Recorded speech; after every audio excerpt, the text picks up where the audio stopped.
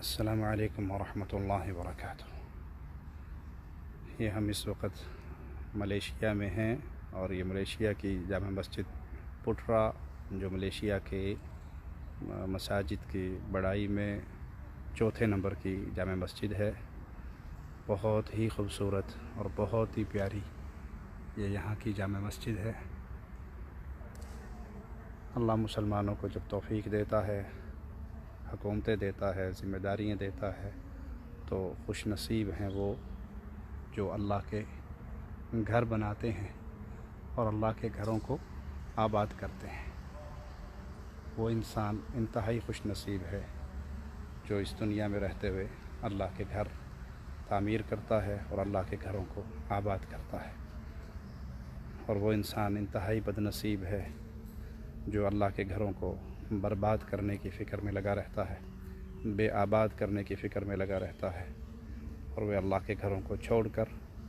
غیروں کے دروں پہ گرتا ہے۔ جو اعمال مساجد میں آ کے خالص اللہ کے لیے کیے جاتے ہیں عبادت کی شکل میں، وہ نماز ہو، وہ قیام ہو، وہ رکوع ہو، سجدہ ہو، جو خالص اللہ کا حق ہے، خوش نصیب ہے جو اپنے اللہ کو راضی کرتے ہوئے اللہ کے گھروں میں آتا ہے اور اللہ کو مناتا ہے، اللہ کی عبادت کرتا ہے، اللہ کو راضی کرتا ہے، اور اللہ کی عبادت میں کسی اور کو اللہ کا شریک نہیں بناتا۔ اور بد نصیب ہے وہ جو مساجد کو چھوڑتا ہے اور مزارات پہ جا کے گرتا ہے، مردوں کے سامنے اپنے ماتھے ٹیکتا ہے، ان کو اپنے لیے مشکل کشا و حاجت روا سمجھتا ہے، اس ذات کو بھلا دیتا ہے جس ذات نے اس کو ماں کے پیٹ کے اندر رزق دیا، جس ذات نے ماں کے پیٹ کے اندر اس کو زندہ رکھا، اس کی ضروریات کو پورا کیا۔ اس خالق و مالک کو چھوڑ کر ان کے در پہ جا کے گرتا ہے جو اس کی طرح کے مجبور اور کمزور انسان ہے، بلکہ مرنے کے بعد تو ان کے اختیار جو زندگی میں تھے وہ بھی ختم ہو گئے۔ وہ انسان بڑا ہی بد نصیب ہے۔ تو اللہ کے لیے اپنے رب کو پہچانیے، اپنے رب کی عبادت کی طرف آئیے، اللہ کے گھروں کو سمجھیے، ان کی شان کو سمجھیے، ان کے مقام اور عزت کو سمجھیے۔ اللہ کی عبادت میں غیروں کو شریک نہ ٹھہرائیے، اللہ کی عبادت میں کسی اور کو حصے دار نہ بنائیے، بلکہ سجدہ جب بھی کریں صرف ایک اللہ کو کریں، سوال جب بھی کریں تو ایک اللہ سے کریں، مانگیں تو صرف ایک اللہ سے۔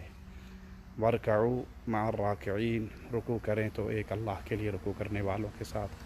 سجدے کریں وَاسْجُدْ وَاقْتَرِب، اللہ کے قریب ہونے کے لیے تو وہ صرف ایک اللہ کو سجدہ کریں۔ غیر اللہ کی عبادت سے اپنے دامن کو بچائیں۔ اگر آپ چاہتے ہیں کہ اس زندگی کے بعد پھر جو زندگی آنے والی ہے اس میں اللہ آپ کو ہمیشہ کی نعمتوں میں اور ہمیشہ کی جنتوں میں اور ہمیشہ کی نعمتوں میں رکھے، تو اس کے لیے لازم ہے کہ اس رب کی شان کو ضرور پہچانیں، اس رب کی توحید کو ضرور پہچانیں، اس رب کی معرفت کو ضرور حاصل کریں۔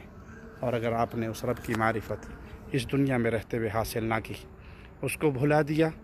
غیروں کے در پہ گرتے رہے، ان کے سوالی بنتے رہے جو آپ جیسے کمزور انسان ہیں جن کے اختیار میں کچھ نہیں، اموات، مردہ ہیں، غیر احیاء، زندہ نہیں ہیں، وما یشعرون ایان یبعثون، ان کو شعور نہیں ہے ہمیں اٹھایا کب جانا ہے، ان کو پتہ نہیں ہے قیامت نے کب قائم ہونا ہے۔ جو اس دنیا کو چھوڑ کر اگلے جہاں کی طرف جا چکے ہیں، کبھی کسی عقل مند انسان نے یہ منظر نہیں دیکھا ہوگا کہ وہ کسی ایسے جانور کو دیکھے جو اپنے جیسے کسی جانور کے سامنے گرا ہوا ہو، جو اپنے جیسے مجبور جانور کی قبر پہ آ کے یا اس کی ڈھیری پہ آ کے یا اس کی لاش پہ آ کے اپنے ماتھے کو ٹیکتا ہو اور اس کو پکارتا ہو۔ یہ بے وقوفی تو جانور بھی نہیں کرتے، اور کجا وہ مخلوق جس کو اللہ نے صاحب عقل بنایا ہے، جس کو عزت سے نوازا ہے، جس کو زبان عطا کی ہے، جس کو قوت عطا کی ہے، وہ اپنے جیسے انسانوں کی ڈھیریوں پہ گرے، ان کی قبروں پہ مزارات تعمیر کرے اور ان کی قبروں پہ سجادہ نشین اور گدی نشین اور درویش بن کے بیٹھے، تو یہ انسان انتہائی ترس کھانے کے لائق ہے، یہ انسان انتہائی بد نصیبی کے مقام پر فائز ہے۔ اللہ کے لیے اللہ کی وحدانیت کو پہچانیے، اللہ کی توحید کو پہچانیے، اللہ کو پہچانیے۔ ھذا خلق اللہ، یہ اللہ کی مخلوق ہے۔ اس دنیا کو غور سے دیکھیے، یہ اللہ کی مخلوق ہے، یہ اللہ کے لشکر ہیں جن کو تم اللہ کے علاوہ پکارتے ہو۔ انہوں نے کس چیز کو پیدا کیا ہے؟ یہ سمندر جس کو آپ دیکھ رہے ہیں یہ اللہ کی مخلوق ہے۔ جس کو آپ نے اللہ کو چھوڑ کر پکارا، کیا اس نے سمندر پیدا کیے، یا اس نے پہاڑ پیدا کیے، یا اس نے درخت پیدا کیے؟ اس نے کس چیز کو پیدا کیا جس کو تم نے اللہ کا شریک بنایا؟ حقیقت یہ ہے کہ وہ مجبور ہیں، کمزور ہیں، بے اختیار ہیں، لاچار ہیں، ان کے پلے میں کچھ نہیں ہے۔ تو لوگوں، لوٹ آؤ اس رب کی طرف جس کا کلام تمہیں آج بھی آواز دے رہا ہے، جس کی طرف سے آوازیں آج بھی بلند ہو رہے ہیں، جس کی طرف سے پکار آج بھی بلند ہو رہی ہے۔ یا ایھا الانسان ما غرک بربک الکریم، اے انسان، تجھے تیرے کریم رب سے کس چیز نے دور کر دیا؟ تیرے پیار کرنے والے رب سے، عطا کرنے والے رب سے، محبت کرنے والے رب سے کس چیز نے دور کر دیا؟ تو کیوں اس اللہ کو چھوڑ کر غیروں کے دروں پہ گرنے لگ گیا؟